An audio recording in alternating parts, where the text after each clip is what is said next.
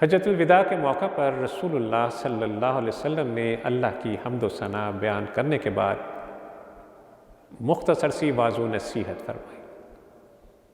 فرمایا خبردار، میں تمہیں عورتوں کے حق میں بھلائی کی نصیحت کرتا ہوں، اس لیے کہ وہ تمہاری نگرانی اور سرپرستی میں ہیں،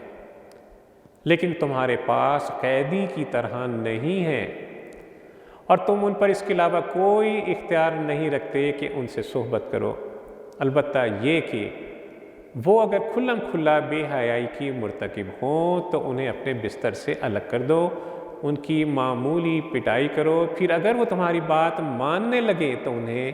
تکلیف پہنچانے کے راستے تلاش مت کرو۔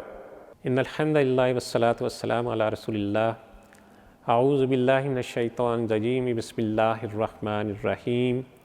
قال اللہ تعالیٰ فی سورۃ النساء، یا ایہا الذین آمنوا لا یحل لکم ان ترثوا النساء کرہا، اے لوگو جو ایمان لائے ہو، تمہارے لیے یہ حلال نہیں ہے کہ زبردستی عورتوں پر قابض بن بیٹھو۔ ناظرین اکرام، اس آیت مبارکہ میں اللہ عز و جل فرما رہے ہیں کہ ایمان والو، تمہارے لیے ہرگز جائز نہیں ہے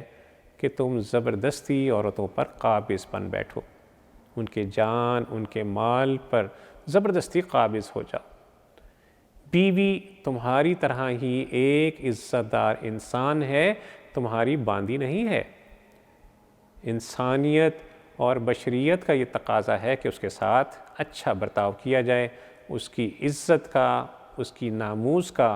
ہر وقت خیال رکھا جائے۔ اگر اس کی ایک بات ناپسند ہو تو دوسری اچھائی کی طرف نظر کی جائے۔ خوبیاں ہمیشہ برائی سے بڑھ کر ہوتی ہیں، لہٰذا یہ بات پسندیدہ نہیں ہے کہ آدمی ازدواجی تعلقات منقطع کرنے میں جلد بازی سے کام لے۔ طلاق بالکل آخری چارہ کار ہے جس کو ناگزیر حالات ہی میں استعمال کرنا چاہیے۔ نبی صلی اللہ علیہ وسلم کا ارشاد ہے کہ ابغض الحلال الی اللہ الطلاق،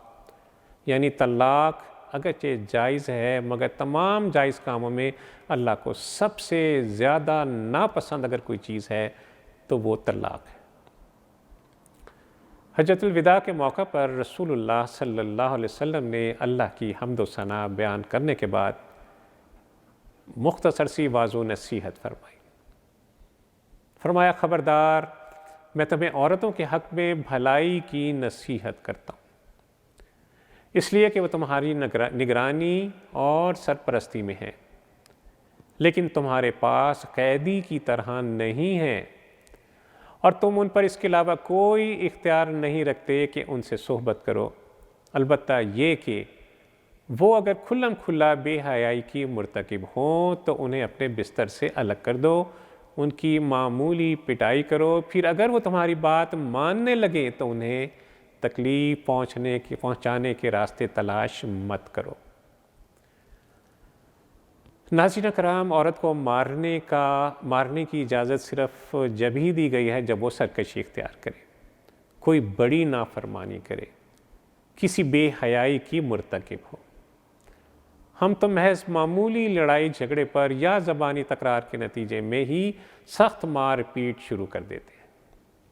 یہ انتہائی زیادتی ہے، اور رسول اللہ صلی اللہ علیہ وسلم کا یہ فرمان ہے کہ یضرب احدکم امرأتہ کما یضرب العبد ثم یجامعها فی آخر اليوم، کہ رسول اللہ صلی اللہ علیہ وسلم نے ارشاد فرمایا کہ کیا تم میں سے کوئی اپنی بیوی کو دن کے شروع میں ایسے مارتا ہے جیسے غلام کو مارا جاتا ہے، اور پھر دن کے آخر میں اس سے ہم بستری کرتا ہے۔ اور ایک جگہ فرمایا کہ خیرکم لأہلہ وأنا خیرکم لأہلی،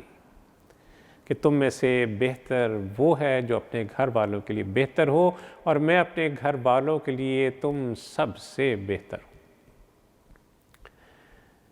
ہمارے ہاں عورت کو ذلیل کرنے کے لیے مارا جاتا ہے، انتقاماً مارا جاتا ہے، رسوا کرنے کے لیے مارا جاتا ہے، جسمانی اذیت پہنچانے کے لیے مارا جاتا ہے۔ جبکہ قرآن اور حدیث کی روح سے عورت کو مارنے کی اجازت محض اصلاح کے لیے ہے، محض تادیب کی غرض سے دی گئی ہے، نہ کہ اسے ذلیل و رسوا کرنے کے لیے۔ اور مارا بھی ایسے جائے کہ فرمایا کہ فَإِنْ فَعَلْنَ ذَلِكَ فَاضْرِبُوهُنَّ ضَرْبًا غَيْرَ مُبَرَّحٍ، کہ اگر وہ ایسا کریں تو انہیں ایسی مار مارو کہ اس کا جسم پر کوئی نشان ظاہر نہ ہو۔ ابن عباس رضی اللہ تعالیٰ عنہ سے ان کے شاگرد عطا نے ضرب غیر مبرح کے معنی دریافت کیے تو نے فرمایا جیسا کہ مسواک سے مارنا۔ غور کیجئے، رسول اللہ صلی اللہ علیہ وسلم دنیا سے تشریف لے جا رہے ہیں، بالکل آخری سانسوں پر ہیں۔ آخری الفاظ جو رسول اللہ صلی اللہ علیہ وسلم کی زبان مبارکہ سے ادا ہوتے ہیں بوقت رحلت جو سنے گئے وہ یہ تھے، آہستہ آہستہ آپ صلی اللہ علیہ وسلم فرما رہے تھے کہ 3 چیزوں کو ہمیشہ ملحوظ رکھنا۔ پہلی بات فرمائی کہ نماز پر مستقل طور پر قائم رہنا، دوسری فرمائی کہ غلام اور لونڈیوں کے ساتھ ہمیشہ اچھا برتاؤ کرنا، اور تیسرا فرمایا خدا کی قسم عورتوں کے معاملے میں محتاط رہو کہ وہ تمہارے ہاتھوں میں اسیر ہیں، فرمایا کہ ان کے ساتھ اچھے طریقے سے گزر بسر کرو۔ بھائیوں اور بہنوں، یہ زندگی ہمیں ایک ہی بار ملی ہے، دوبارہ نہیں ملے گی، بعد میں پھر پچھتاوے ہی رہ جاتے ہیں۔ اس زندگی کو آسان بنائیے، خوش رہیے، ایک دوسرے کے حقوق، ایک دوسرے کے فرائض کا خیال رکھیے، یہ زندگی جنت کا نمونہ بن جائے۔ اس سیریز کے بالکل آخر میں جو میں آپ سے بات کرنے جا رہا ہوں بڑی ہی اہم بات ہے، اور وہ بات ہے خوشگوار زندگی کا اہم ترین اصول، اور وہ اصول یہ ہے کہ گھر میں اللہ کو یاد کیجیے۔ اللہ کو تو ہر انسان یاد رکھتا ہے، یہ فریضہ بھی ہے اور مجبوری بھی۔ جب گھروں سے اللہ کی یاد اٹھ جاتی ہے تو وہاں سے خیر و برکت بھی اٹھ جاتی ہے۔ تو یاد رکھیے، یہ خوشگوار زندگی کا اہم ترین اصول ہے، اور یہ اس کو لازم بنا لیجئے کہ سب گھر والے ایک مخصوص وقت طے کر کے جمع ہوں، اپنے رب سے دعا کریں، اس سے مناجات کریں، اپنے گناہوں پر معافی کے خواستگار ہوں۔ تو یاد رکھیے کہ جو خاندان مشترک اللہ کی یاد کرتے ہیں، اکٹھے ہو کر اللہ تعالیٰ سے دعا کرتے ہیں، مناجات کرتے ہیں، وہ ہمیشہ خوش و خرم رہتے ہیں اور تا دیر اکٹھے رہتے ہیں۔ اللہ عز و جل سے دعا ہے کہ ہماری زندگیوں کو خوشگوار بنا دے، ہمیں سکون اور عافیت نصیب فرمائے، ہم ایک دوسرے کے حقوق سمجھنے اور ادا کرنے کی توفیق عطا فرمائے۔ اللہ عز و جل ہم سب کی زندگیوں کو اسلام کے سانچے میں ڈھال دے، ہمیں اسلام پر زندہ رکھے اور حالت ایمان پر اس دنیا سے لے جائے۔ وصلی اللہ تعالیٰ علی خیر خلقہ محمد وعلی آلہ وصحبہ وسلم۔ اللہم صلی علی سیدنا محمد وعلی